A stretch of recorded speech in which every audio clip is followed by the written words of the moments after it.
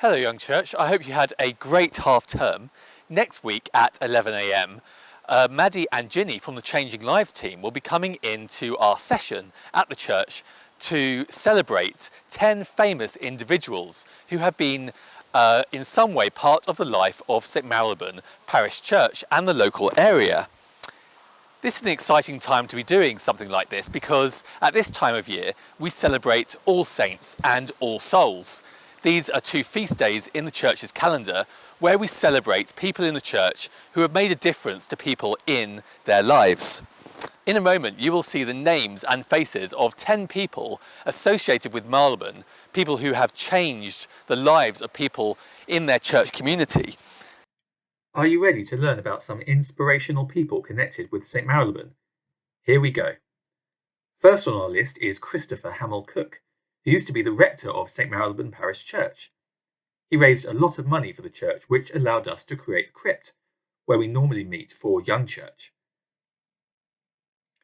Octavia Hill spent her life putting others before herself, and one of her greatest passions was finding affordable homes for as many people as she could. She also founded the National Trust and began her work for the Trust on 2 Garbett Place, Marylebone. It supports and showcases some of the UK's wonderful heritage and nature. Annie Newton is thought to be one of London's, or maybe even the world's, first female boxers. Annie lived and trained in Marylebone in the early 1900s, at a time when women did not have many rights and were definitely not expected to take part in such violent sports such as boxing. Even with people's concerns and criticism, Annie had a successful career, fighting and beating both men and women in the boxing ring. Ada Lovelace lived in Marylebone in the early 1800s and was a mathematician and writer. She is regarded as one of the first computer programmers and played a part in inventing the world's first computer. Henry Sylvester Williams was a lawyer, civil rights campaigner, and counsellor. He fought for many years for human rights, and seeing how unfair many black people were treated, Henry spent his life fighting to give those a voice that weren't allowed one in government. Later in life, he became much more involved in politics, and after winning a seat in Marylebone Borough Council, was one of the first black councillors in Westminster. He died in 1911, and in 2007, a plaque was unveiled at his Marylebone address at 38 Church Street. Evelyn Dove studied at the Royal Academy of Music, just across the road from St Marylebone Parish Church. Evelyn was the first black singer to feature on the BBC radio.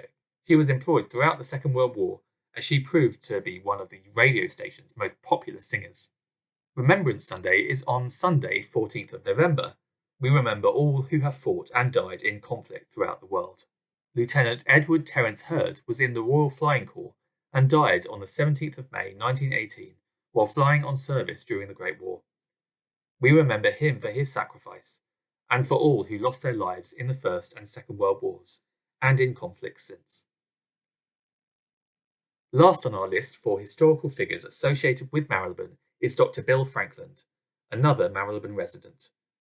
He was an allergist who invented the pollen count. He began practicing in the 1940s, at a time when allergy medicine was hardly studied at all. Please have a think about which one of these famous people are your favourite. Then, in our session next week, we will look at these 10 people again with Ginny and Maddie, and you'll have the opportunity to choose one that you would like to see put on a piece of slate to then be part of the church building itself when one of those pieces of slate is inserted into the church roof. So have a think next week about which of these 10 people are your favourite from that list. And next week you'll have a chance to write down which one you would like to see inserted into the roof of our parish church. Would you like to remember someone important to you and your family? It could be anyone. You could list your family members, friends, a health professional, company, or a place. You can dedicate a slate to someone by donating and following the QR code on this sheet, which is also linked in the description on this video. Your dedication will be marked on one of our new Welsh slates in silver point and placed face down, so you know your dedication is there every time you pass our parish church. for the next 100 years and beyond.